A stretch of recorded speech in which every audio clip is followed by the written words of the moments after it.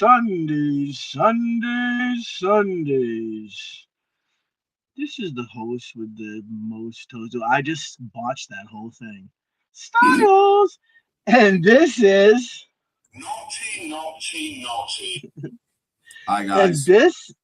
And this is episode 78 Midterms, Cyber Soldiers, and World Tensions. Yeah, man, my opening theme. I only did the it's supposed to be every once in a blue moon I like totally botch Spacing the it. opening. It wouldn't be Sundays if it didn't happen every once in a while. Right. You know what I mean? So, So a lot going on. in the And world. wait a minute. Ding dong, ding dong, ding dong, doorbell. Ding dong. Oh, and this man is. I don't hear you. This man is muted. This man is muted. We can't hear you. He We said, can't. un momento. We I can't think he hear said, you, brother. I think he said it in Spanish. No. We can't hear you. If you can hear us, I we think he can't hear said, yeah, you. no shit. I read lips. Yeah. Reading lips. He said, yeah, Paulie, shut up. I don't know. You just said, go fuck yourself something, you fat motherfucker. I'm trying to read lips here. I'm going to translate for the viewers by reading lips. Paulie said, you're a bitch. Oh, you might have a new job as a See, lip I think reader. I'm a lip reader. This is how we're gonna do the show today. We just have to. Aaron's gonna read Joey's lips. Be a wild episode. Like, hold on, did I get it right? And he's like, we're like playing charades and shit. He's like, no, you got it wrong. Did you not go in the settings and change the? I don't fucking know. But anyways, Aaron, what do you want to start us off with while he's trying to solve his technical difficulties? And do you have videos? Yeah, I got videos. And while he settles these difficulties, everybody that's tuning in, please share this to your newsfeed. Share this group, tag people in the post, tag people in the comment section. Send this out to like-minded individuals in Messenger. We are streaming on 6 different locations, 3 different platforms. We are on, actually, I believe we're on more than that. SunDaze, we are, it's your boy Fifth, we are on Street Magic Multimedia, we are on the Forum Experience, Aaron Oneida. Oh, yeah. We are on Facebook, YouTube. Follow, subscribe, and while Fifth figures out his sound, we are going to hear about the possible new branch of military. Yeah. From King Seth himself. He dropped a new video and he titled it Cybercom 2.0. Check this out. We'll talk about it. Yeah. Last fall, I directed the largest transformation for U.S. Cyber Command and their cyber forces in over 16 years. We call it Cybercom 2.0. We remain laser focused on restoring peace through strength. But victory does not solely depend on our warfighting platforms. To win, our policies, our processes, and warfighting posture must adapt to the realities of cyberspace. In this evolving domain, relying on how we've done things in the past, well, it guarantees tomorrow's defeat.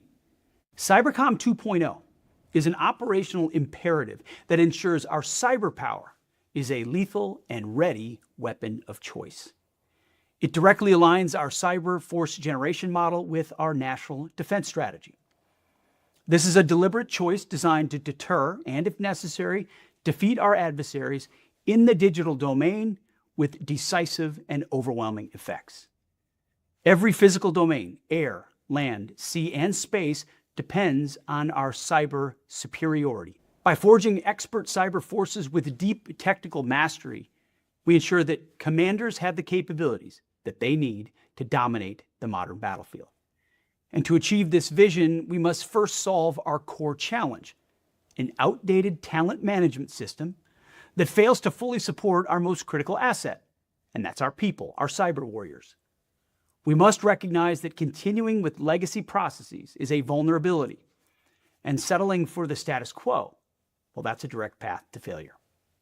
As we all know, change requires difficult things, and leaders willing to step up into the breach to knock down bureaucratic roadblocks. That's why we're ripping out the bureaucratic debris and replacing one-size-fits-all career paths and incentives with a system built strictly on meritocracy, technical excellence, and uncompromising standards.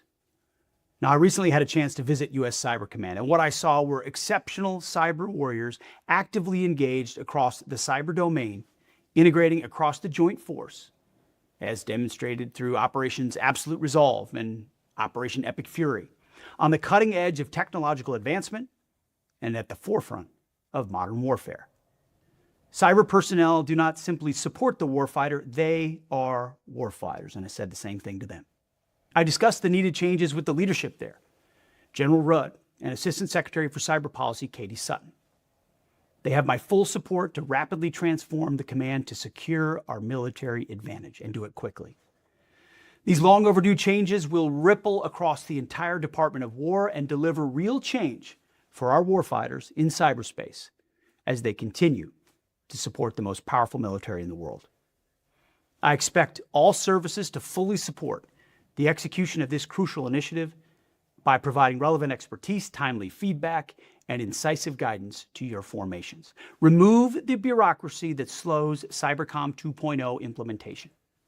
After all, cyber warfare never rests, and we need elite cyber warriors to relentlessly and fearlessly tackle the range of missions that matter most to our great republic. So move out with urgency and draw fire.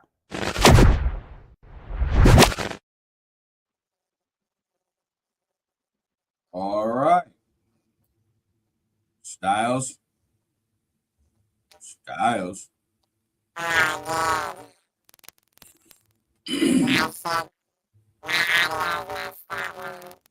You sound like a robot again. And you transition to a black screen again. You keep turning black on me, Styles. I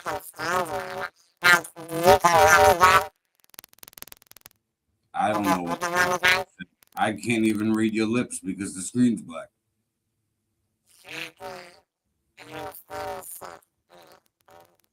Why don't you hop out and hop back in?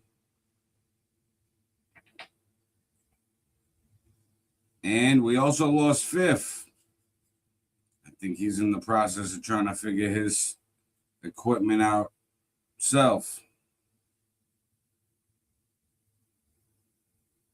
So we're going to need Styles to hop back in as well. So it's not a robot. Well, guys, we heard about the war. Now we see face. We good? Yeah, man. I hope this is not going to be like it was before, man, because shit's fucking crazy. But what happened to Fifth? Is he totally gone? I don't know. We'll see what happens. But so what do you think about that? Your initial had a kind of cyber force as soon as like the internet became a thing. Like, so you telling me we didn't agree? Like, we had designated people that worked in internet affairs and shit like that in the actual military. Yeah, so its own force makes sense. But I would have just lined this up with Space Force, like made it part of Space Force, because all the internet runs with satellites and Space Force plays with satellites. So Yeah, so basically you feel like it was overdue anyways. Yeah, it was overdue, but I just don't think it needs its own branch. I think it could be part of Space Force. Yeah, I definitely think it would be. I definitely think it could be joined with Sposis because it makes me think with this like cyber stuff. Like we were talking about it off camera. All these cyber attacks that happened to these water treatment facilities in like 7 different states, and they said that it was Iran who had done the attacks, and Trump came out and like laughed it off and was like, "Oh, it's just Tim Walz. He's a," and like I don't know, man. Like it's totally possible that Yeah, that's I what think happened. this is proof that it was Iran with those water treatment cyber attacks in those 7 states.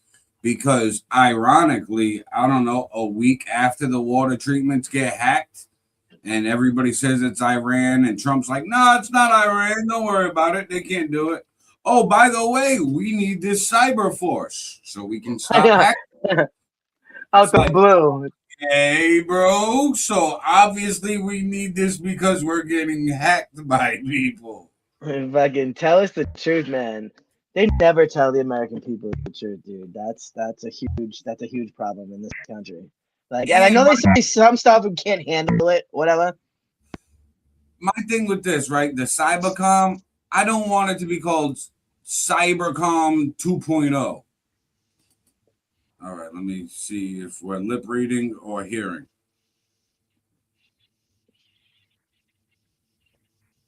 No. Nope. Yeah, we're just lip reading again. Fuck.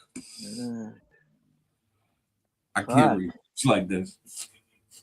Yeah, he's brainstorming right now. He's like, why the fuck wouldn't this?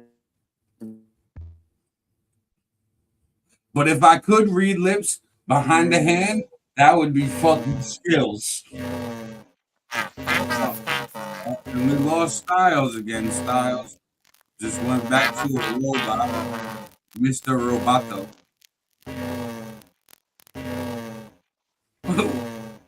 Why is he sounding like that? New, new, new. Sounding like a spaceship having a hard time. Well, everybody, this is what happens with live shows. You cannot predict lives. This is why a lot of people do pre-recorded, but we say fuck to show y'all the realness. And we back. Can we hear Joey yet? No, but you're not Roboto anymore. Yeah, dude. Like, I don't understand what the fucking deal is. Like we've had issues here and there, but nothing compared to this last show or Oh, this. Like, I what hear you, yo, Fifth. we heard something? No, Fifth was trying to say yo, but I was reading lips. The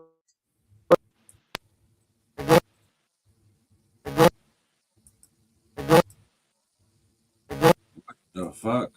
I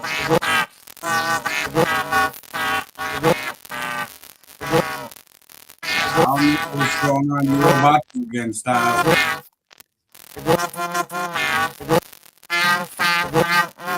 You just keep going.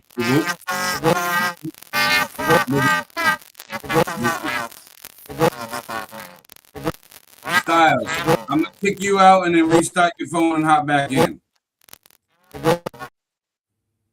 You probably have too much cash on your phone. I don't know what that was, but clear your cache. You heard that? Okay. Yeah. Well, we both heard that, but I still can't hear you. So, fuck it. We can do this where I can just try to translate.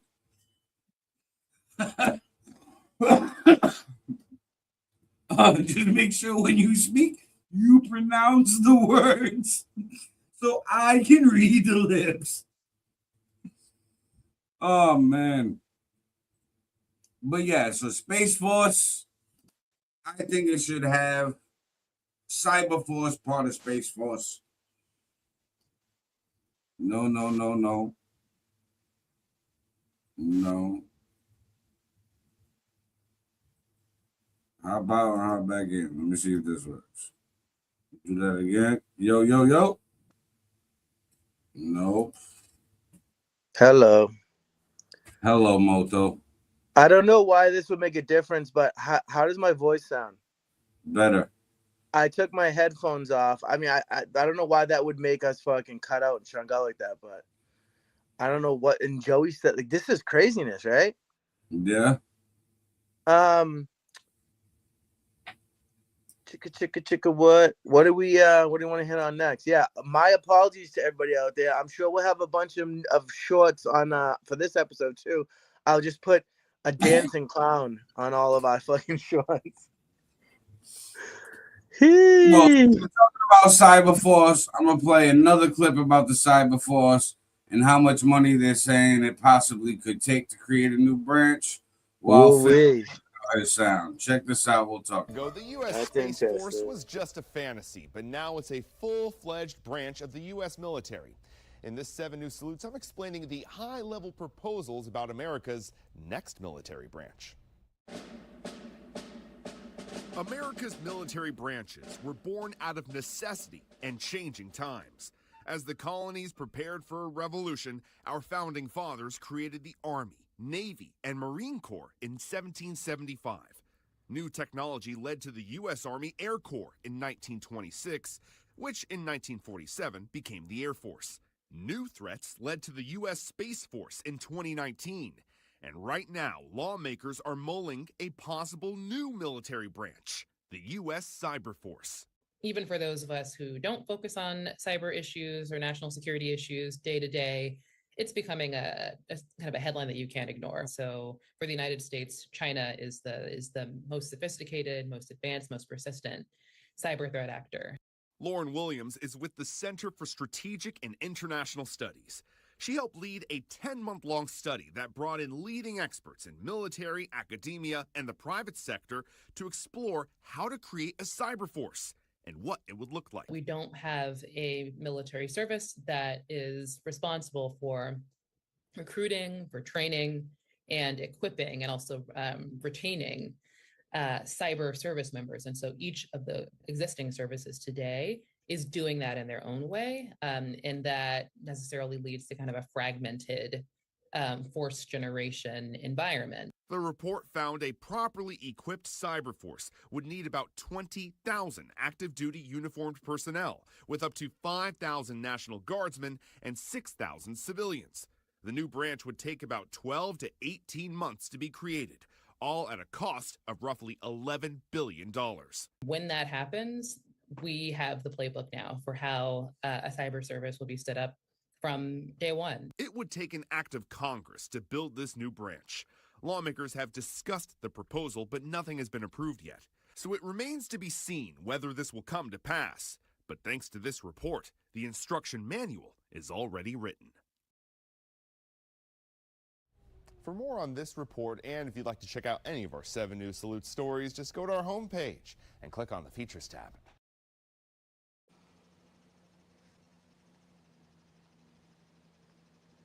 Say that again. Dude, that's a lot of money. Did they say 11 billion with a B? Yeah. And fifth is still silent. That's crazy, man. I mean, I have my own problems over here, but I don't know why. Did he try doing it without his headphones? Is that possible? Whatever your Yeah, I don't know. So do you feel like they're just throwing a whole bunch of money against the wall?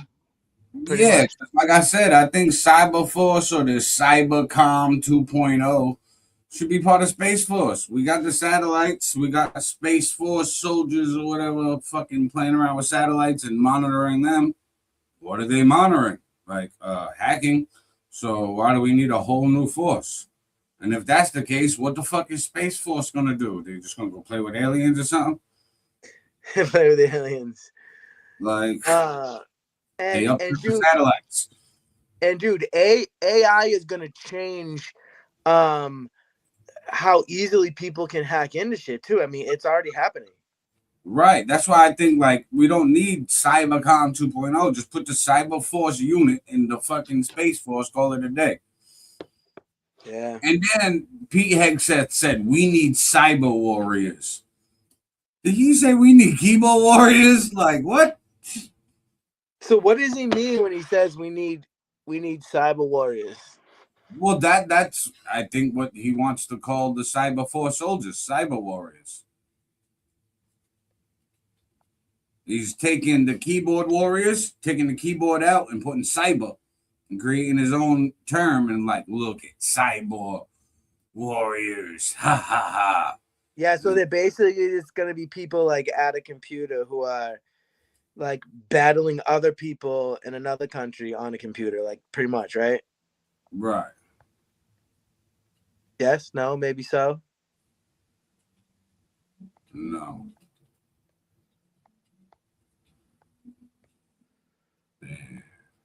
Now Try it's just without me the here. interface and headphones. It is without the interface? Yeah.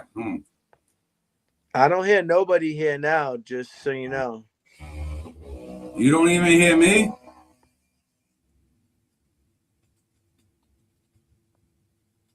Hello? Is it me you're looking for? Hello? The SunDaze show is on the go. Hello? No? Okay, I'll stop. Well, since we got a lot going on, let's talk about Saudi Arabia. What's happening now? I don't know. Talk about it. Where the fuck is the Saudi Arabia? There we are. Amid a raging war in the Middle East, a defense agreement has been signed between Pakistan, Turkey, and Saudi Arabia. Pakistan's foreign ministry says it's intended to strengthen collective deterrence against any act of aggression. CBS News senior foreign correspondent MTS Tayyab has more on what this means. Well, look, this is probably one of the most consequential security realignments that we're seeing in the Middle East. The idea that Saudi Arabia, Turkey, and Pakistan not only have a security pact with each other, but in it they also have something that's sort of being described as a NATO-style agreement, which is an attack on one is an attack on all. Now, why is that significant? Well, when it comes to Pakistan, Pakistan is the only Muslim majority country which has a nuclear arsenal. Saudi Arabia, of course, has very deep pockets. And when it comes to Turkey, Turkey not only has a lot of diplomacy, given its own connections and partnership with NATO, Europe, the US as well, but more importantly, Turkey is emerging as a major manufacturer of arms and weaponry. And so really what we're seeing is this incredible alignment sort of in the wake of President Trump's war on Iran, where countries, Sunni majority countries, Muslim countries, are deciding that they want to align with each other in order to defend themselves and their interests from potential threats. Now, to be clear, none of this would be happening without the tacit approval of the Trump administration. President Trump has made it clear that while he's quite happy to sell weaponry to these countries, he really wants to shrink the U.S.'s footprint in this region, and more importantly, he really wants to shrink this idea that the U.S. is responsible for the security of other countries. And I think this is a really big signal that that is happening in real time. Now, having said that, there are other countries in the region who are probably not going to be happy about this. Iran, of course, is one of them. But when it comes to Pakistan, that would be India. India and Pakistan, of course, have a notoriously bitter rivalry. They fought a war just 18 months ago. And so the security pact will certainly be concerning for them. But it's also likely to concern Israel as well. Turkey and Israel have become pretty bitter adversaries in the fallout of the Gaza war. And so for this pact to now have emerged between, again, Turkey, Pakistan, and Saudi Arabia at a time when Israel really wants to normalize with Saudi Arabia, I think that's certainly raising some alarm bells in Tel Aviv. Back to you. Yes, Tayyab, thank you so much. Oh, And- man. And back to me. I can hear you now. You're not Roboto, but you are black. Arigato, Mr. Roboto. I'm black. Yeah, you're black screen. Oh, shoot. You know, you were black screen at one point. Oh, no. I don't know if you saw that. I didn't. My screen Yeah. looks like a white screen. What a racist screens here. That's What gonna- happened to Joey? I think he disappeared. Did he give up? I can't read his mouth anymore. Did he give up though? I think he might have. So what was that thing saying? I really So only caught- basically, Saudi Arabia, Turkey, and Pakistan made a NATO type military agreement, a defense pact, where if one of them gets struck, they all defend each other. So that's important because Pakistan's got nukes, Saudi got money, yeah. and Turkey also has a NATO alliance. But Turkey has issues and been getting a little beef with Israel lately. Saudi and India, well, and Pakistan and India. And then you got Pakistan and Iran. So basically, they're saying anybody strikes them, it's on and popping, and they all gonna team up. So this might curb India, Iran, and Israel from attacking Saudi Arabia, Turkey, or Pakistan, but it might not. Like they might say, "Oh yeah, you want to team up? Well, fuck you. I'm dropping Earth on you," and it might escalate.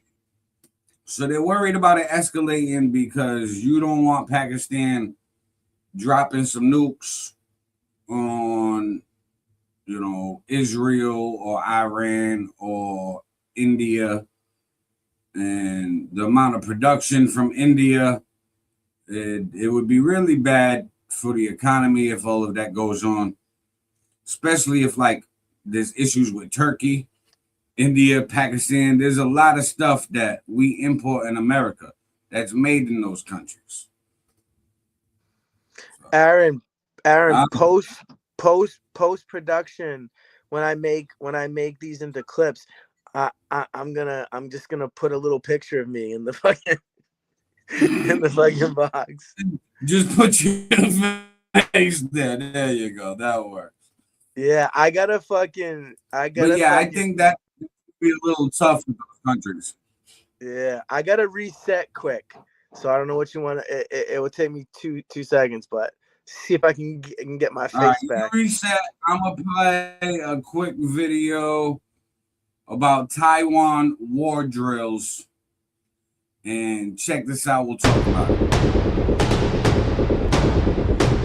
Taiwan's armed forces conduct the annual Han Kuang exercises to sharpen combat readiness and test the island's ability to defend against a potential large-scale assault. These 10-day drills mobilize live troops, real terrain, and actual equipment across multiple regions. Commanders focus on coordination, rapid response, and homeland defense capabilities under realistic combat conditions. Coastal strike operations form a central element. Fast attack missile boats race along the shoreline while low-flying attack drones swarm over beaches and open water. Sailors and Coast Guard crews work together to simulate the repulsion of an amphibious landing. Anping-class catamarans, adapted from highly maneuverable Navy designs, join the action and demonstrate their ability to carry anti-ship missiles when needed. These vessels give the Coast Guard a direct role in naval defense during wartime. Troops deploy surface-to-air missile systems, including domestically produced Tian Kung 3 batteries, to protect critical infrastructure and urban centers. Units practice continuous scenario operations that demand sustained performance around the clock. Key training areas include counter-blockade missions, protection of vital targets, and coordinated coastal defense. The exercises push every level of the force to adapt quickly and maintain effective command under pressure. This year's drills place strong emphasis on flexibility and resilience rather than pure displays of firepower. Soldiers practice American-inspired communication methods such as backbriefing, in which subordinates clearly explain their plans to superiors before executing missions. The approach builds initiative and self-reliance among frontline units. Large numbers of reservists also join active forces, helping address the significant size difference between Taiwan's military and potential adversaries. Such civil defense receives equal attention. Urban resilience drills take place in major cities. Authorities temporarily reduce mobile internet speeds to test how citizens and emergency services would communicate if networks face disruption. These measures prepare society as a whole to support military operations and maintain essential functions during crisis. The Han Kuang exercises integrate Navy, Army, Air Force, and Coast Guard elements into a single coherent defense effort. They examine how well forces can sustain operations, protect leadership and infrastructure, and respond to grey zone pressures that fall short of open conflict. By combining live-fire training, joint operations, and whole-of-society preparation, the drills strengthen Taiwan's ability to deter aggression and defend its territory. Commanders use the exercises to identify weaknesses, refine tactics, and improve coordination across services. Reservists gain practical experience alongside regular troops. Civilian agencies practice their support roles. The result is a more integrated and adaptive defense posture that prioritizes real combat effectiveness over ceremonial displays. Through these annual war games, Taiwan's military continuously tests and improves its capacity to safeguard national sovereignty and protect the population. The focus remains practical. Live forces operating on real ground with actual weapon systems, trained to respond decisively to any threat.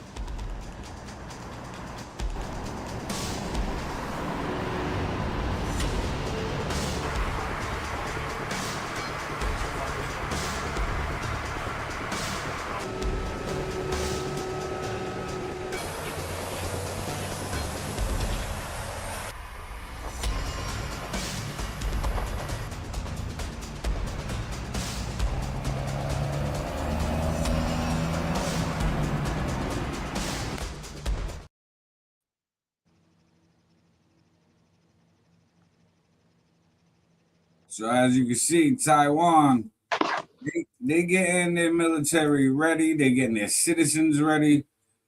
They kind of doing like fire drills with the whole city. Like, all right, we just basically gonna slow down the whole internet and see how everybody operates. We're gonna prep just in case China hacks us and shuts off our internet. Which is nice, but China will fucking eat them for breakfast. So. Oh yeah, absolutely. I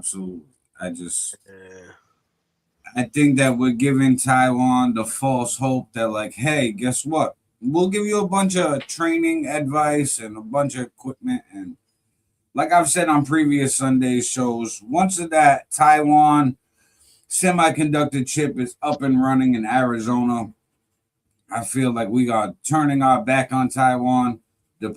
Despite our treaty that we have with them where we're supposed to protect them no matter what, I think we're going to turn our back on them, let China have them, and just be like, hey, sorry about that, guys. We tried to warn you. We helped you out. We sold you military stuff and equipment, so we tried. It seems like that's the situation. That's eventually where it's going to go. And but I as long as Taiwan's prepping, they know it. But as long as the chips, most of the chip manufacturers there, we will, and China knows that we will aggressively protect it. But I'm pretty sure there's some sort of a deal in the background. Like, just give us some time, then you can have your way with Taiwan. Right. You just got to look at the timeline of things. Trump came into office. Us and China have been butting heads like we have been for years. Then all of a sudden, Trump makes a big, like $10 billion deal with Taiwan Semiconductor Chips to build a factory in Arizona. Trump goes to Arizona, does a big speech, like ribbon cutting, all of this shit for them to break ground. Then a few months go by, he's in China with the fucking CEO of NVIDIA, Elon Musk, and all these tech people who are reliant on these chips.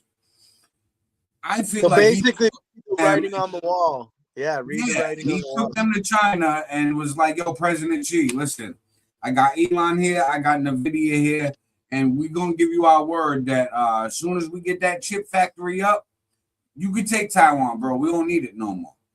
Just hold off and don't ruin what we got going on. You know what I mean? Dude, I think like, okay, because they know that America and China and Russia are going to be like the final three. Yeah, they're the top dogs. Dude, I think that this AI shit, like, is pretty wild. Like, these fucking data centers are just popping up everywhere. And people are, like, fighting over it. And I think it's a good thing. Happen regardless. And honestly, it is. You don't have the data centers that compete with China or Russia or these other countries where they're building even more data centers, then we're going to be left behind.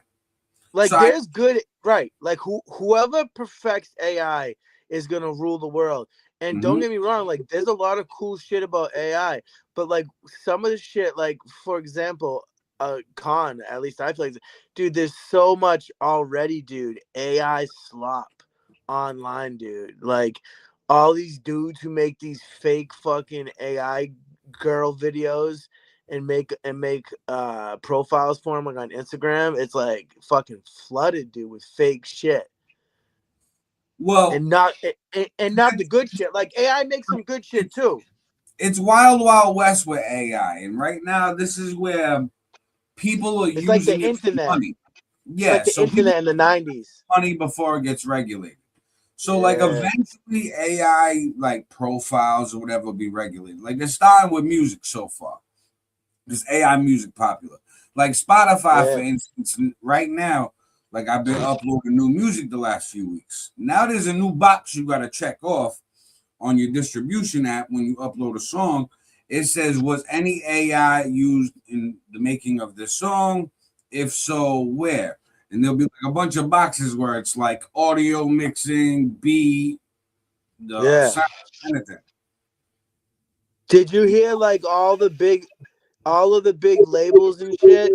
They're trying to get whoever makes the laws and restrictions on what type of music and stuff is available to be on the billboard, that they want like AI to be like excluded, which I don't think that's gonna happen. It's already too late. It's already in there. Yo, y'all hear me now? Yeah, I'm on my fucking phone. So I'm on my phone. So this is what's up. I don't know what the fuck is going on. I went into the browser to make sure the browser permissions were set. And the camera, the microphone, no problem, all set. I go into fucking StreamYard. It says the mic's on, and then I go to say something, and it says the audio is not being detected. So I went into the computer settings and fucking gave everything on my laptop permissions to use the mic, everything. Anything that was there, I gave it all permissions. I don't know what's routed through what, and it still wasn't doing it. And this man is what the fuck? And this man is what the fuck? This man is what the fuck? Yeah, bro. This is and welcome to the technical difficulties show. So, just to make sure, I've been saving this little ditty. I'm not saying I created this or invented this, but I want to serenade you guys with a little something that's been on my mind recently. Hold on, clip this. Throw a Jew down the well. Throw a Jew down the well. Throw a Jew, throw a Jew, throw a Jew down the well. Throw a Jew down the well. Throw a Jew down the well. Throw a Jew, throw a Jew. throw a Jew down the well. Thank you, guys. That was it.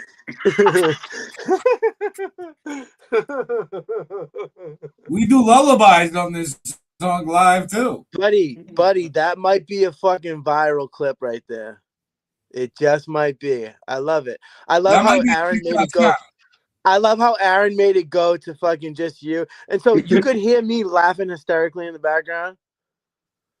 Yeah. Now that I'm linked in this way, right? I'm going to attempt. You guys can continue on. I'm going to try to link this back into my laptop so that I can actually use like fucking virtual backgrounds and shit.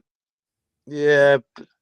Don't destroy it, because at least we have you here. No, I got my phone on, brother. I'm going to try to see if I can get it through my fucking laptop. Aaron, what do we think about the midterms? Let's rap about the midterms here. All right, midterms. So do you have a video for us too? Yeah, I do got a clip, and this is thought you might. Both Republicans and Democrats are now starting to worry about the progressive Democrats, the socialists. Yes, the psychos, the communists, right? Even Democrats of the world now, because Democrats are like, hey, they're going a little bit too left. Hard. They're doing too much, Aaron. Yeah, I understand. So let's talk about Michigan and what's going on the midterms there with Abdul. Check this out. You talk about it, my friend.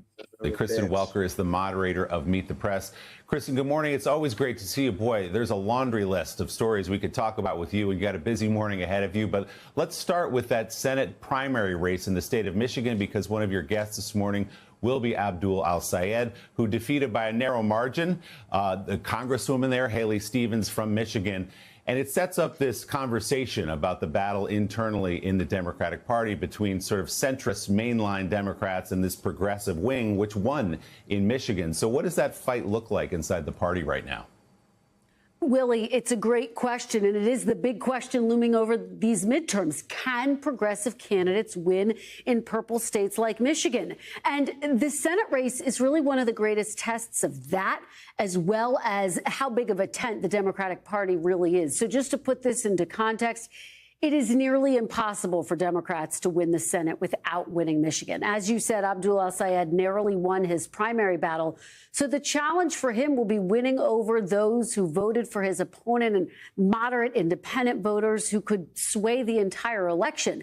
For their part, Republicans, from President Trump to Al-Sayed's opponent, Mike Rogers, aiming to paint him as extreme, even calling him a communist and a danger to Michigan. And look, Willie, both parties have their political baggage. For Democrats, it is those deep divisions within their party. For Republicans, it's President Trump's low approval rating with the war in Iran now more than 5 months in. It's been dragging down his approval rating on the economy as well. All of this with just over 80 days to go until Election Day, Willie. It'll be a fascinating race to watch, and interesting to watch Mike Rogers, the Republican, reach out to Haley Stevens, Democratic voters, and saying, if you don't like Abdul Al-Sayed, come join us. Kristen, thanks so much. We'll look for much more this morning on Meet the Press, when Kristen is joined, as we said, by Michigan's Democratic Senate nominee Abdul Al-Sayed, as well as Republican Senator Jim Banks of Indiana and Democratic Senator Chris Murphy of Connecticut. Hey, Bro, fuck Abdul Sayed. I'll fucking smack that motherfucker upside the head with a slab of bacon, man. You know he hangs out with that piece of shit Hassan Piker, who said that we deserve 9/11. He's fucking garbage. He's right though. They're right about Trump, bro. They're absolutely right about Trump. The Democrats are so psychotic right now that this could be a gift. This could be gift wrapped to the Republicans. But Trump, and listen, I'm a Trump supporter. We all know this. But bro, I gotta call a spade a spade. Trump is single-handedly making this a race by this Iran war. If he could fucking close this war out soon, bro, they'll sweep it. They'll sweep it, man. But this whole Americans as a whole do not want this Iran war, and it is giving the Republican side, it's giving the Democrats all the ammunition they need to make this a race when it shouldn't be. I agree. That would be, and if they could actually do something about the cost of fucking like groceries and fucking rent and shit. So I lightly had this discussion with someone on Facebook the other day, and if you really want to trace this back, man, let's go back to when inflation really started. This all started because of COVID. We printed an absolute astronomical amount of money during COVID. You can't add that kind of supply to the economy and expect that the value of the dollar is going to hold. We have lost the value of the dollar since then, and we're not recovering from it. So this inflation that they're blaming on Trump really started from COVID, and nobody knows how to mitigate it. How do you mitigate when you infuse something like 40% of money ever printed in the history of the United States came within a 2-year span, a little less than half? I know. Bro, how do you mitigate that? How do you mitigate that? And how do you then increase the value of the dollar again versus, because now what you've done is you've given these companies huge profit gains. These companies are able to now price these products at such a high number. They're now intaking a high profit. You're going to go to somebody and be like, by the way, you got to lower your price now. The guys in go, fuck you. I'm making more money than I ever had in my life. I'm going to now not. No. Fifth. That's the problem I was just saying to somebody. Works, right? If we know how this works, they obviously know how this works before they even did it. So we got to ask the question why they did this. One, they obviously wanted to raise the inflation rates and all of that, and honestly devalue our dollar so the companies can make more money.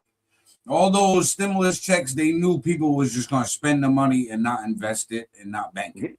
So they're like, hey, this is going to go to the companies.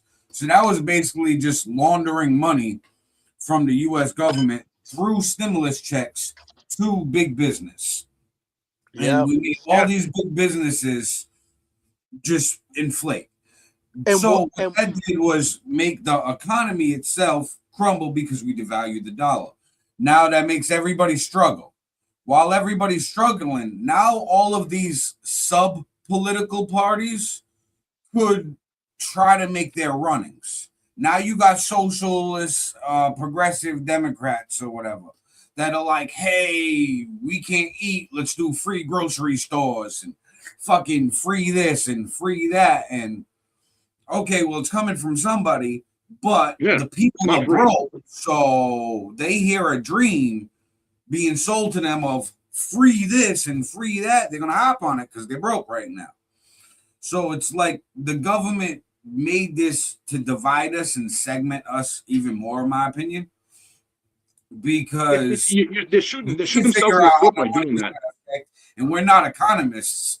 How the fucking government who hires the top people who like are smarter than us not see the following after steps?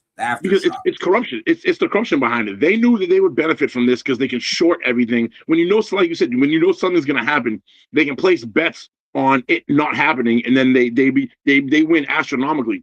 The people. My problem with the Socialist Party is it's a flawed program. You can't, and like you just tapped upon it. You can't say free because somebody has to pay for it. Well, who's that somebody? Inevitably, you end up paying for it through taxation. So now you're taxing your taxes go higher. You have less money then to spend. You even have less money to purchase things. And then yet you're going for that free shit. It's a never-ending circle. This is why that program never worked and has never worked throughout history. That type of socialism has been tried time and time and time again throughout history and has never fucking worked ever once. This is the first time we've used capitalism. The American version of capitalism itself has never been used. And America's way of using it has never happened. This is the first time this has ever gone down. And it's been, I mean, yes, there's problems within capitalism itself, greed, one person being able to take over a lot. But the founders of the system knew that was going to happen. That's why monopolies were put into place. But we don't force it. People were never supposed to allow to be able to gain, say, more than 50, 60, 70% of a certain sector because they know they would that one person would become quote unquote king of that sector. That's why these monopolies were put into place, but we don't fucking enforce them. So what good is it if you're not enforcing it? What good is the rule? And what good is it if we're not enforcing that? We're allowing it to happen. So essentially, we're going from capitalism to socialism or in between.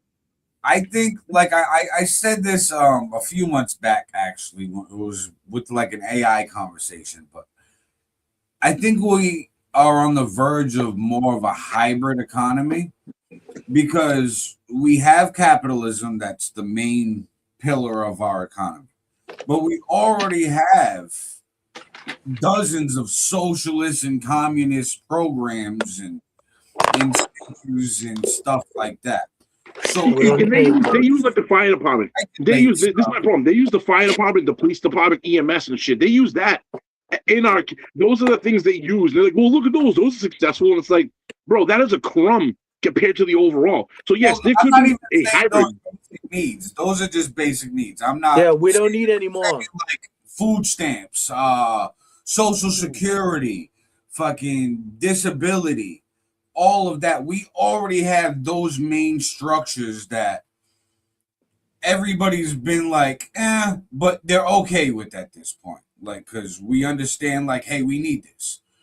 You know what I mean? Because if, like, all right, Massachusetts, for example, when the food stamps got shut off, 1 in 7 people in Massachusetts are on food stamps. So it was like, okay, we realized that we need that part of like the socialism, but we can't just give everything for free.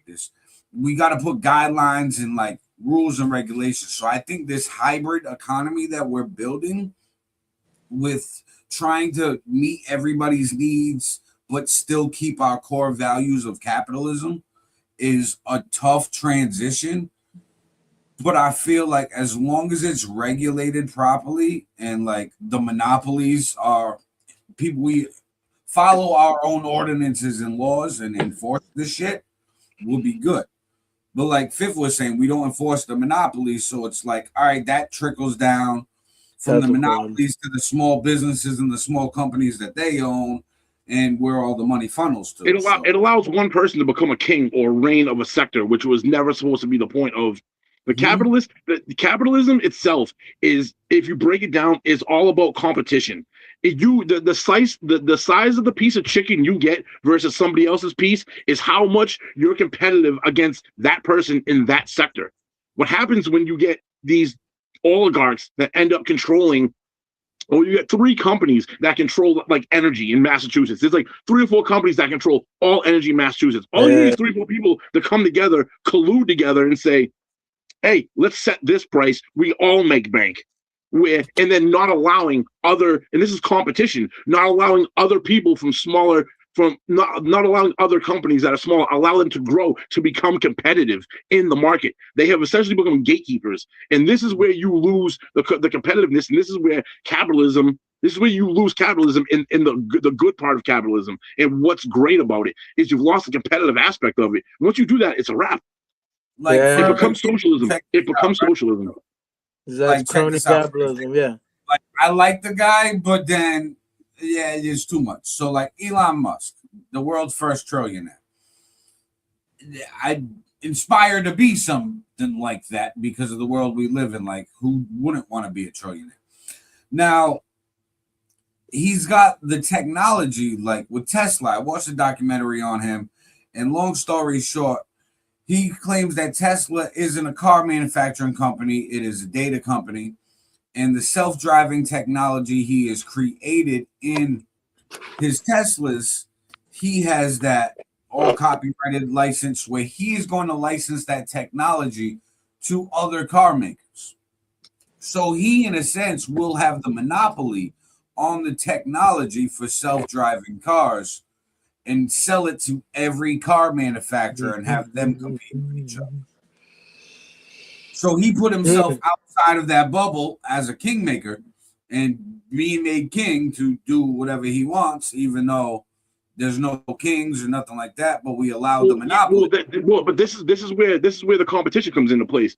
He's the first one. He's the first one across the finish line. The first one across the finish line always is. This is why the first person to get to said achievement always gets the most, because it's supposed to be, if he, and I agree with what you're saying, he's going to be the king in that sector until he does shit until he does stuff to where the sector or the people that are going for that technology don't like something. Say he sets the price too high. That's where the competition comes in. The second person is supposed to come in and then start, doing his thing to rival Elon Musk to set these. This is where the competition is. Competition. But what he's doing, and he had stated in this documentary, is that the technology he's given, he's signing like long ass contracts with these car manufacturing companies big contracts like Mercedes. I think he said that they're discussing a 25-year contract for them to solely use his technology. So as a businessman, that's good though for him. I mean, it's great for him, but what I'm saying for the capitalism market, now we don't have that unregulated, that regulated competition. We don't have that. No, it would come when the second person decides to do the same thing he's doing, coming in, and if they do it better, faster, and cheaper, and when they do it better, faster, and cheaper, these other people are gonna start taking that technology, and then they're gonna this 25-year thing. Like Mercedes is gonna be like, dude, I gotta get out of this fucking contract with you and try to figure out a way to get out, because as a business, this is why the competition is the key point, because if you concrete your feet like Elon Musk is doing in this sector, when number two comes up, they're going to look at what you're doing and find a better way of doing it, and then be more appealing to these people. Now, I get what you're saying about the 25-year contract. I guess would it be, do we allow contracts to have a maximum cap? Do we cap the contract? Like, I'm sure this contract is going to be real tough for Mercedes to get out of. Like, Elon's planning this contract to be like kind of like Loctite, where like, all right, say you want to buy out. Well, it's going to cost you a arm and a fucking leg to buy out. It's going to hurt Mercedes in the long run, though. If you think about it, this is where the competition comes in. Even if Mercedes does that, in the long run, because somebody's obviously going to be better than. It's going to hurt. It's going to hurt them though to do a 25-year run. Because what if someone comes up with a better, faster, better thing? They're going to be second. They're now going to be behind the curve instead of being on the curve or in front of the curve. That's going to hurt their business model overall. Oh, absolutely. This is where the competition comes in. But I think they're just banking on, hey, he's Elon Musk, he's the richest man in the world, and he has the assets. Banking on he's the only man in the sector right now. They're banking on they don't see another person come, which is our problem. This is our real life styles. Exactly. I mean, wait till Elon Musk gets cast in Iron Man movie. Yeah, he's gonna have a suit. Iron Man movie, the next one. And dude, you know what? We were talking a lot about capitalism. Speaking of socialism failing, did you see Mandami getting fucking booed at that fucking thing recently? Did either of you guys see it? And a lot of people are starting to get pissed off now at all these new taxes and shit. Like we have people saying that he's doing a fantastic job. A fantastic job, like fucking Efren. There's a special fuck you to Efren the communist. Clip it. He had a boner. He had a Woody for Mandami so bad because he was like, he came in, he balanced the budget in 6 months, and I was like, didn't seem right to me. Kathy Hochul gave him the fucking. No, bro. I looked into this. You know what he did? He deferred payments until like 2037, dude. So now I'll just give you an example of what this is. Let's just say the light bill. Let's say the light bill is $100,000 today. Is what it is. In 12 fucking years, when that bill comes in with the interest, that $100,000 bill is going to be $250,000. It's going to be way more than what he should have paid for now. And then he's not going to be the mayor then. It's going to be someone else to fucking deal with this bullshit. That's what communism does. He took city workers' pensions. He took city workers' pensions, and what they put into their pension, deferred that. Who the fuck do you think you are to take my money that I earned? And how about this? What about the people that are going to retire from 2026 to 2030? Brother, I saw that people shit. not get money put in their annuity for the next 4 years? I have a pension. When I saw that shit, I was like, bro, fuck that fucking bullshit. This is where politicians, right? You ever see the movie Falling Down?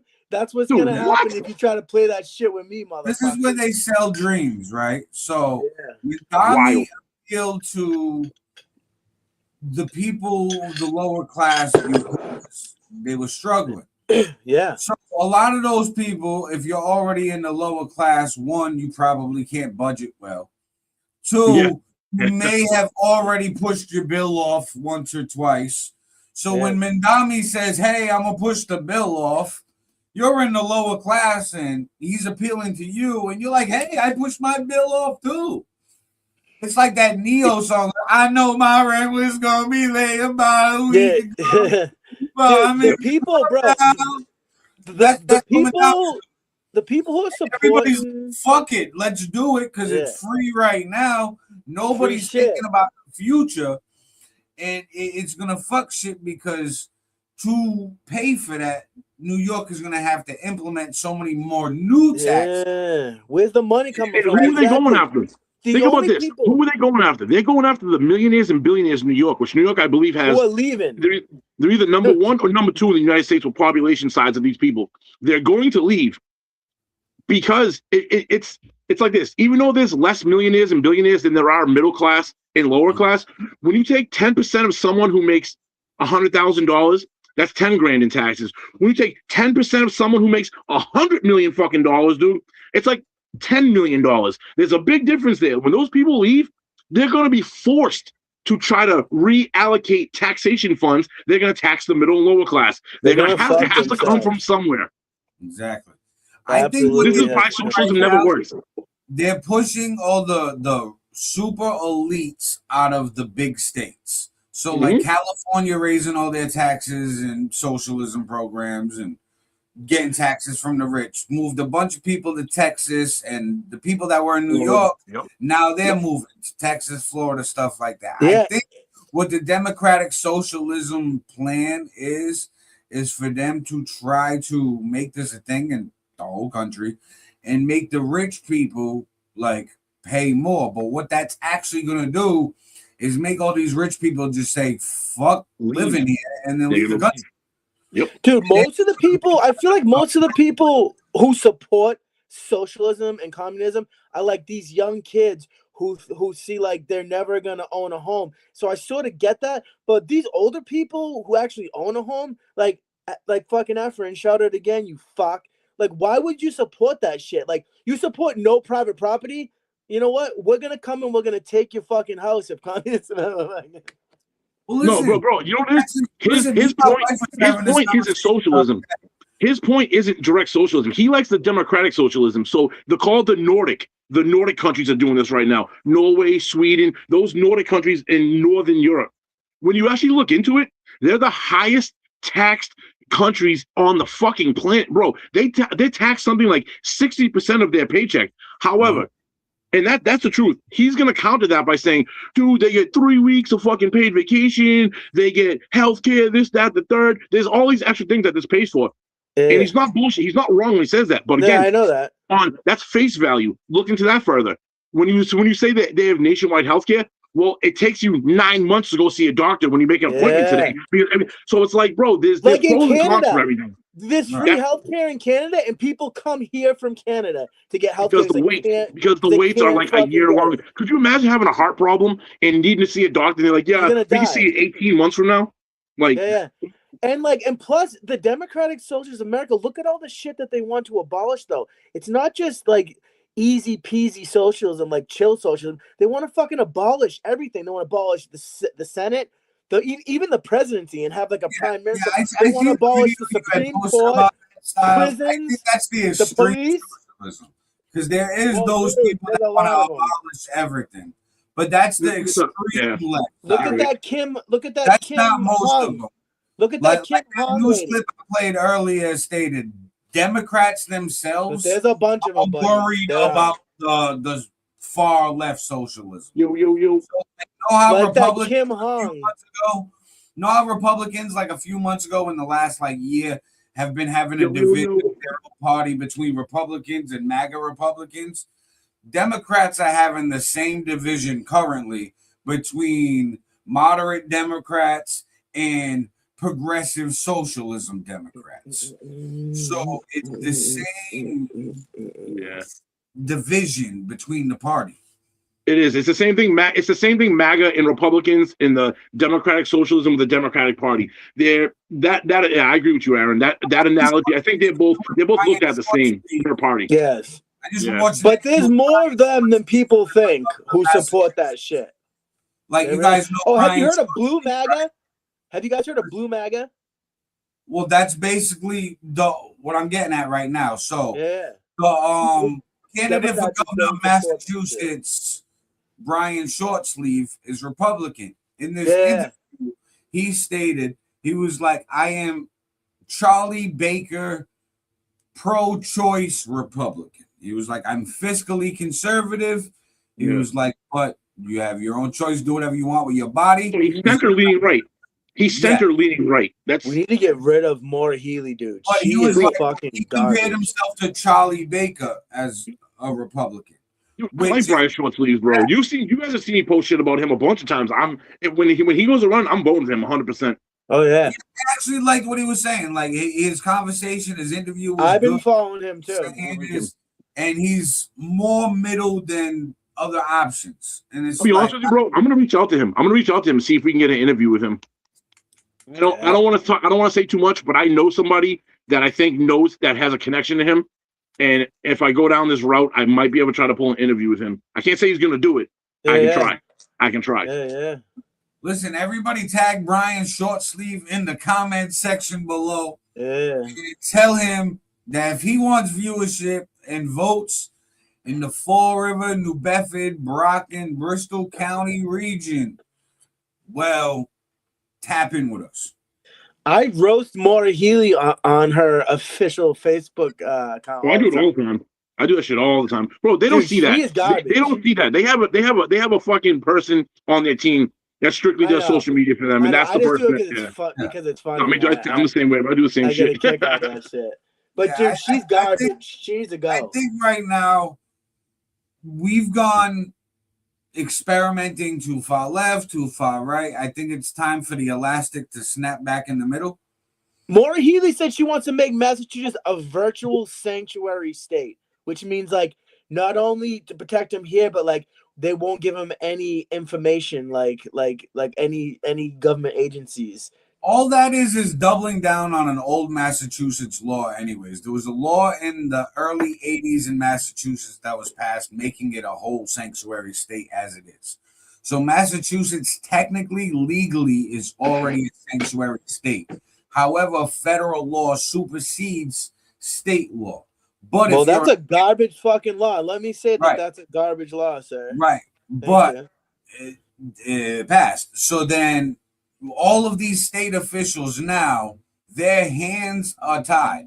So yeah, they can give information to ICE. However, they will be state charged if they do that. You realize they're protecting a lot of friggin' like child molesters. Then they would have to like depend on a federal pardon to get murderers. That's their voter styles. That's their voter base. That's why they protect. That's who votes. That's part of that. That's a huge portion. Dude.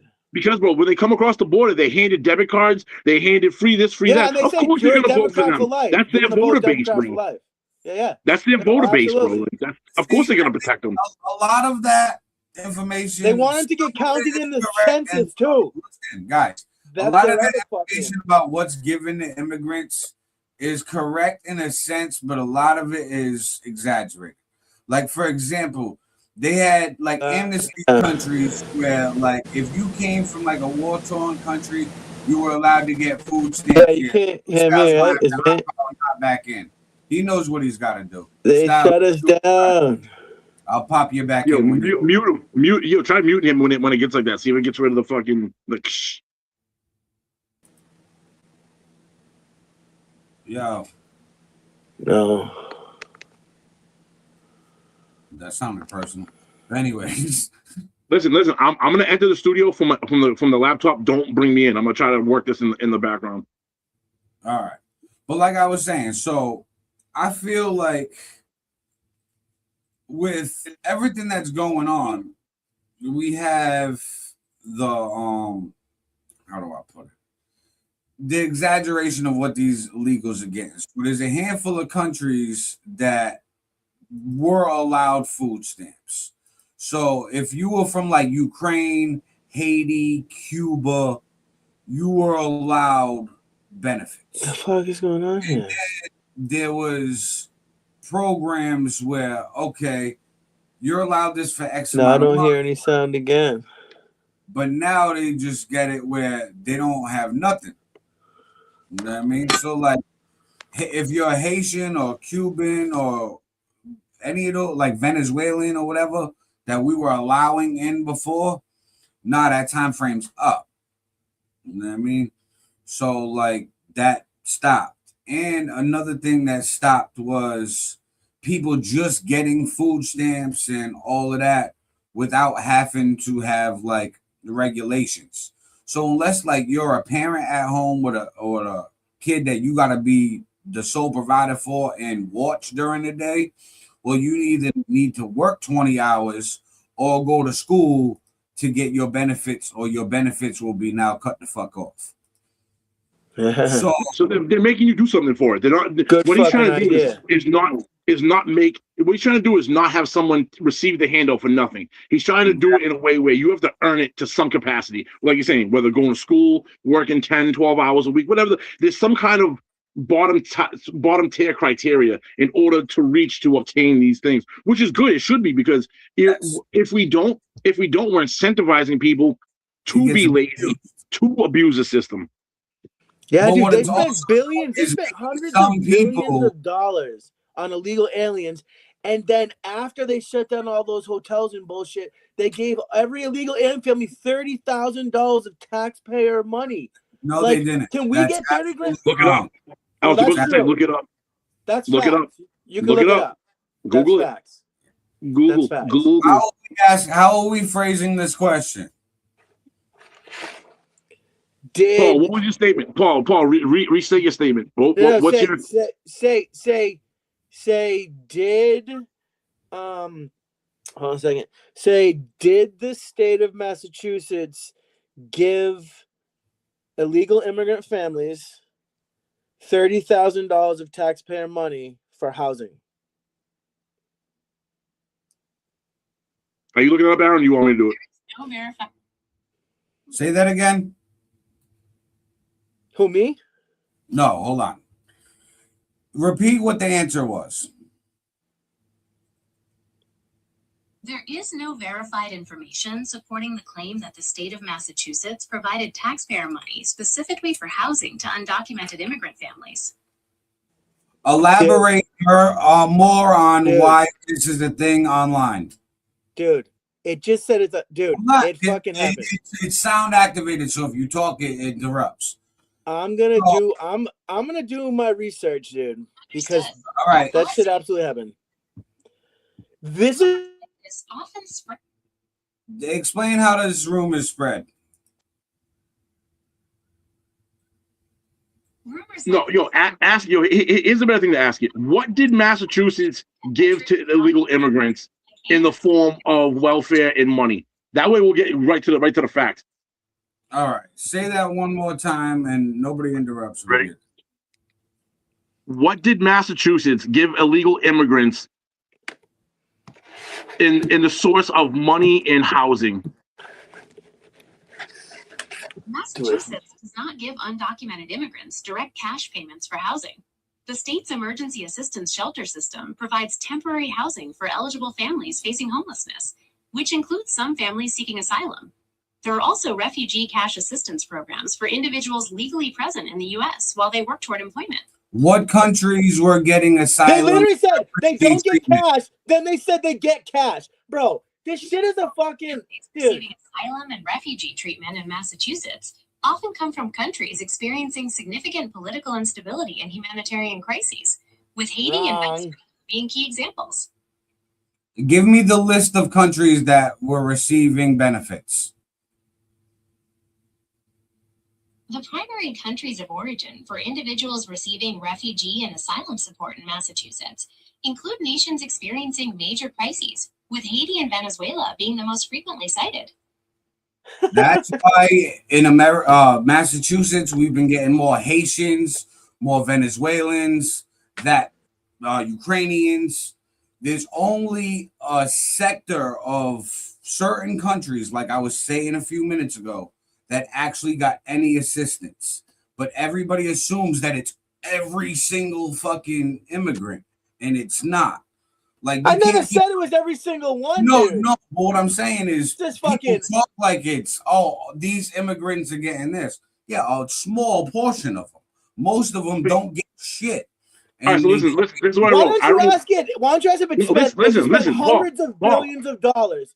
Styles, listen. This is what I wrote. I just Googled it. I said, this is a question. I said, what did Massachusetts give illegal immigrants in the form of housing and money? That was the prompt. AI overview. Viral social media claims asserting that Massachusetts gives undocumented immigrants $30,000 in housing assistance $4,000 monthly in cash. Free food and free cable are false. Official state policy requires legal residency status to qualify for standard rehousing programs like home base. The state has spent over $1 billion overall on temporary emergency shelters for arriving migrant families. So there is two sides to this. There's two sides to this. So the thing that's going around social media with the $30,000 isn't right. However, Massachusetts did spend over $1 billion on temporary emergency sheltering for migrant families. So it definitely did spend money. And if you broke it down, right? So the sanctuary law, like I was saying, if everybody paid attention earlier in the 1980s, every state official in Massachusetts has to enforce this law. So you get a bunch of immigrants dropped off in Massachusetts. Guess what? They're legally obligated to put them in a fucking shelter. The shelter costs money. So that's what they're getting. Oh, you mean like when they dropped them off at Martha's Vineyard? Right, but who dropped them off at Martha's Vineyard? Fucking Texas. Florida, Texas. Florida, Texas, one of them. I know you're talking about. It was a sanctuary state, so they knew that Massachusetts would be obligated to spend money, and they did it being petty and starting shit. That's all these white liberals division here. Those white liberals said there won't be none of that here on this island. So Aaron, you are right. I'm looking at it right now. The emergency sheltering, the 1983 right to shelter. You're right about that. What they did was they took advantage of it. I know the fucking the law and who she's giving assistance to and who she's denying every day. No, you know what, Aaron, you're right. You know what they did was they took that 1983 right to shelter law and they fucking exploited the shit out of it. Is what they did. You're right because Aaron, you're right. They are legally obligated in Massachusetts to house there's still a ton of fraud. Families. So what's your fucking point? Like, right, but it's fraud caused from other states. Governor Abbott and Governor DeSantis sent a bunch of fucking illegals to sanctuary states and forced the sanctuary states to spend more money. All that does. But that's the point of them. What they were doing was they were like, "Oh, this is what you want to do. Then here, do your thing." It was to prove a fucking point. You want all these people to flood into the country, then you fucking have some of them. That was the fucking point. There was nothing petty about it. I love that fucking shit. No, I think want all this shit until it comes to your fucking door, until it knocks on your door. Listen, nowhere we could have fucking put them. North Dakota. You don't want it no more. Once it's knocking on your door, as long as it's just virtue signaling, that's fine. But when it comes and asks you, "Can I live with you?" No, he's crashing out. He's crashing out. The fuck out of here.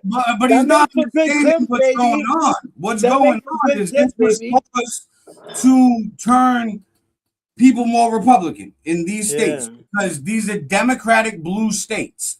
If I'm a Republican party, if my family wasn't out here, not to Republican states, not one was sent to a Republican state. No, they were sent to all Democratic states that were sent. They want them.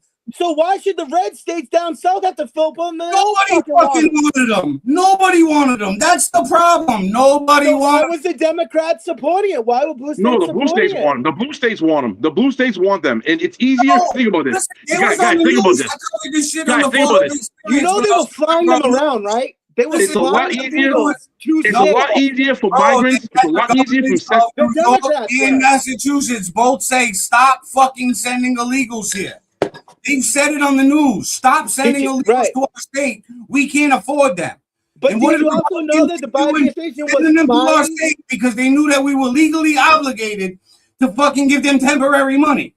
I know. So they drained our state on purpose terrible to make our politicians look bad by doing what they legally were obligated to do.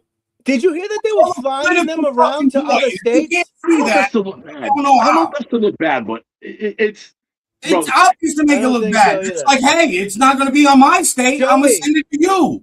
I'm not going to. Because that's what the state's supposed to do. That's what the state statute says. If you think about the immigrants, where are these immigrants coming from? They're coming from Cuba.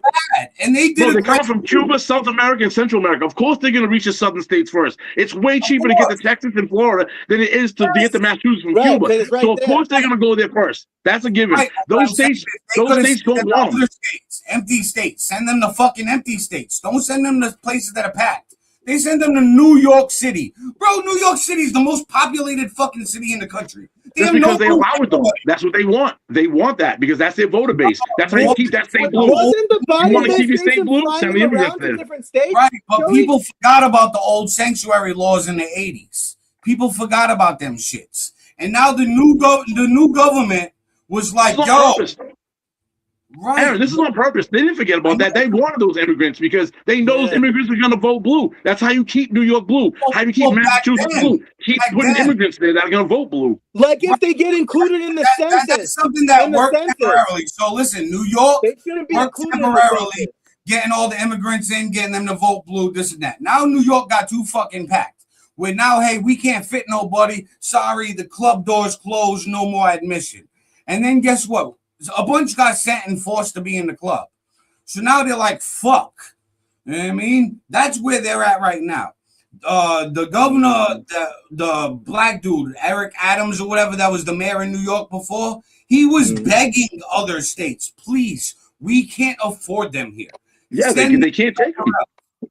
Right. But legally, the law from the 80s, when none of these politicians were fucking there. Who allowed them in? What? Who under what president and what party was that gave the open borders that flooded this? Yes, the Democrats. Yes, but what I'm saying is they wanted it temporary. But then you can't reverse that and take the sanctuary state law back because people were like, "What the fuck?" Illegals shouldn't be trying to forget about it.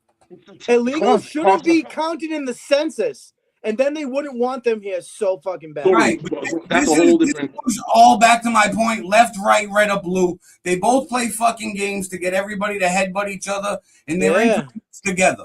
Okay, that's all. Behind the scenes, they're like, ha ha ha, we got these fucks. The red states knew, hey, guess what? We're gonna win the next election and win all of this shit because we're gonna turn a bunch of people red because we're gonna raise their taxes in blue states by sending a bunch of fucking immigrants there and forcing them to spend billions in temporary housing. Ha ha, evil fucking genius. And what it did was turn a shitload of spots in Massachusetts and New York and Illinois all red because people were like, yo, my taxes went up the fuck up. You're like, what the fuck? Now there's nobody speaking English. So now people get mad. That's all it did. You know what I mean? And people used to assimilate. Of people happening slowly to all of these states naturally. They dumped a mass amount of people here, so everybody noticed it overnight. Overnight, you in the supermarket, and everybody's like, you recognize people, and people speaking English, and then the next day, fucking, there's nobody in there speaking English. I know. So everybody noticed it overnight, and it was like, yo, wait a minute, is this why all my taxes went up? And yeah, because now they're legally obligated. And now they're pissed off. And now they're pissed off and they went Republican. And it made housing go up too. It's all a fucking chess move by DeSantis and Abbott, which was genius on their part. But for the Democratic leadership that's current in these states, they got fucked with no Vaseline. Because they're like, shit, you drop these motherfuckers at my door, and legally I'm obligated to take care of them somehow. Yeah, but that arose from their own thing though. So it's like it's their own fault. It's their own fault that happened. Their president allowed, like you said, the trickle in immigration works. You can't take 10 to 20 million people in a 4-year span and allow them to infiltrate this. Dude, 10 to 20 million is like 5%. Roughly, don't quote me. It's like between 2.5% and 7.5% of the overall population, bro. So you can't have that and expect these people to assimilate that quickly. This is why we're in this divide we're in. And it is a divide tactic. It's absolutely a divide tactic. Is the big problem. But I think it's also a divide tactic from both parties. I think with sleepy creepy Uncle Joe Biden let everybody in because he was taking a nap. But the reason why the Democrats what do you think's gonna happen if Democrats get in 2029? It's not only just for votes, because the people he's denying assistance to, these non-asylum countries, he's not getting their fucking vote. It's not like he's buying every country's fucking votes. That's what I'm trying to point out. There's like, what do you think's gonna happen if Democrats take the White House back in 2029? He might be buying their vote by giving assistance. Venezuela, Ukraine, Cuba, Haiti, and I forget the other one. Oh yeah, Venezuela, Cuba, Haiti, Ukraine, Mexico, one more, El Salvador. Those and five. They're all socialist / communist fucking shitholes. But the humanitarian, I guess that's why we were giving them refugee asylum status. That's all it was. And that's America saying, hey, we feel bad you come from a war-torn country. Come here, save your life. Aaron, what do you think the Democrats are going to do if they take the White House back in 2029? Are they going to open the borders wide? I think no matter who gets in, left or red, white, blue, fucking whoever's in, right? Democrat or Republican, they're going to fuck up next term. And what's going to happen is a shitload of things that neither party can fucking handle. I don't know. We got all of these. Yeah, listen, we got all these immigrants that came in. We can't afford to keep shipping them the fuck out. What's going to happen is we need power in numbers. That's why Democrats really wanted these people in this country. We're going to have to fight a big war soon. We're going to need a bunch of people to fucking work like we had the women do when the men went out to war back in World War II. And then they'll assimilate and we'll all bond and then right. Because hey, guess what? We're all in it together. Yeah. But no, what's going to happen is going to be all that fucking immigrants. We might be fighting the aliens, Aaron. While Americans are fighting the aliens for America. And then, okay, I just played that video with Pakistan, Turkey, and Saudi Arabia doing a NATO defense pact type shit, where any one of them gets striked by any countries, they're all fighting, and got nukes. That'd be World War III shit, yeah. So we were just talking about what would be World War III, Well, Turkey and India got beef. Pakistan and this one got beef. Saudi, that's big ass fucking countries. India and Pakistan are both nuclear powers, and they have beef. India and Pakistan, they already got close to Taiwan fucking getting ready. India and China too also got beef. Hey guys, just so you know, let all that go down. I need to make a quick announcement here. My phone already that's for a different day, but my phone already died and now my tablet is about to die and we're an hour and a half in, and after my outburst I'm hungry. I only got one more video I want to play, and this is the fastest I've ever seen our president Donald Trump move. Did you see him save the kid the other day? No. Check this out. We'll talk about it. This is the fastest this man ever moved tonight. Okay. Thank you so much, Mr. President. Thank you. It's truly an honor. It's truly an honor to stand here before you and speak. Sorry, excuse me. I have a little mom brain going on right now. I'm so sorry. No, he's going to take off. Thank you. Thank you. Truly, thank you, Mr. President. Thank you. It's an honor to be here today. Thank you so much for all that you've done enacting these policies that help our family and the families of millions of hardworking Americans. Thank you. Bro, that's like old school political shit, dude. Aaron, let the other one in. I got my mic working. They told that kid. They told that kid to do it.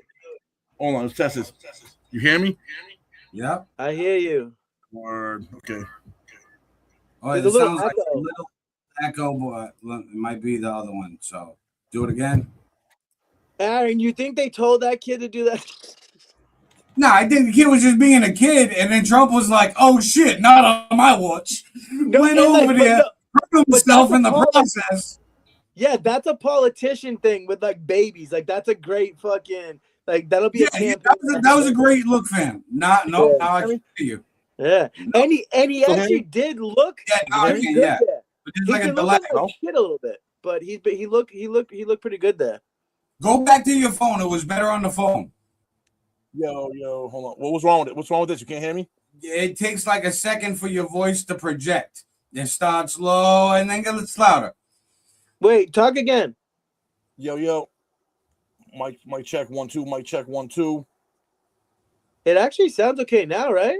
Oh All no. right, yeah. All right, let me just turn you up a little bit. Yeah. I can turn the mic volume up too. You know what I mean? Like, Yeah. I want to get this ready for fucking later because obviously we got another podcast to do. Right. Yeah. All right. I think so at least we're good here. next time, So for some reason the shit got muted. Next time, this tablet, I think Good. I'll do it on here because this seems to be working better, Yeah. and I'll have it all charged up good. Because this is definitely more better. We actually got through the show much better. In the very beginning, we had a little bit of fuckery, but we got all it's back, man. Oh, The boys are fucking back in town. But yeah, I think with Trump running, that was a good look for him. He needs that right now, especially with the war going on. And then him saying, "I didn't want him to be like Biden and fall off this stage." I know that was fucking good too. Fucking like, bro. Hey, before my shit dies soon, let me do a quick little plug here. Everybody out there in YouTube land and Facebook land, we have accounts, the SunDaze Podcast Show, on all major platforms. You can find us on Facebook. You can find us on Instagram. You can find us on YouTube. You can find us on TikTok. You can find us on Rumble. You can find us on Snapchat. I know you can find Paul on Grindr. You can find you can find Aaron and Joey on all those platforms too. And you can find Joey on what's Kick. that shit?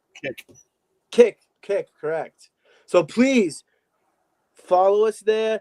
I post all kinds of shit on the page on the SunDaze Facebook group, and I'll repost all that shit again. We could use we have some decent numbers. It's taken us a long time, but we have some decent numbers of people following us. But we need to share it out more. I've been starting. You see, I've been sharing it on like all the fucking on all the podcast like promotion pages and shit. Because I don't know what happened. All of a sudden, that and what I think we need to also get that way we build more of a foundation. Let's try to find 100 supporters that are down with us, tagging them in each episode, in each clip. Yeah. That way, those 100 people, if you're down to be one of them 100 supporters, comment below, so that way we can have you 100 supporters, then share it out to people. So I can think of something right off the rip. The newest thing we're doing, the newest thing that people are doing right now, and we should get in on this right now. We should start a Discord, right? And find people that are willing to be clippers. And what I mean by clippers is we put the show inside the thing. These people clip certain segments and they push these segments out, these clips out. We need to find clippers, bro. This is the newest thing. These are all these kick guys, all these YouTube you can guys. find clippers on Fiverr. Download Fiverr, and you can find clippers. Well, people that follow us, like Aaron Rothwell, people that like follow us like from week to week, we can get 5, 10, 20. Obviously, the more the better. But if we can get a base of at least 10 people minimum of clipping on top of what we do, it'll help project the show out. The clips are huge. You guys know this. Like the short clip, 30-second, 45-second clips, dude, those are huge, man. That's how you really gain the traction in audience. I think Paul's thing died because he's not talking, and two, he's frozen. Yeah. But yeah, the Discord shit's where it's at. I've been noticing this is the newest trend. He died. Bye, Paulie. But yeah, that's like the newest trend from what I'm seeing. All right. And guys, you will see me and Fifth tonight, 6 p.m. Eastern Standard Time on the Hip Hop Everything Podcast. Episode high 90s. I don't know the number off the top of my head, but we are inching closer to episode 100. So we're going to do something special for episode 100. We're going to figure it out. Yes, but sir. Everybody follow, subscribe. You can catch SunDaze podcast, like Paulie Styles was saying, on every single platform imaginable. It's your boy Fifth. We streaming this live now. Follow him on all platforms. Follow me on all platforms. Plus, as you see, I put my cash up there. Send me money, bitch. I mean, it's appreciated. Everybody, be good, be safe, do the right thing. We off this till later. Oh yeah, Peace. peace.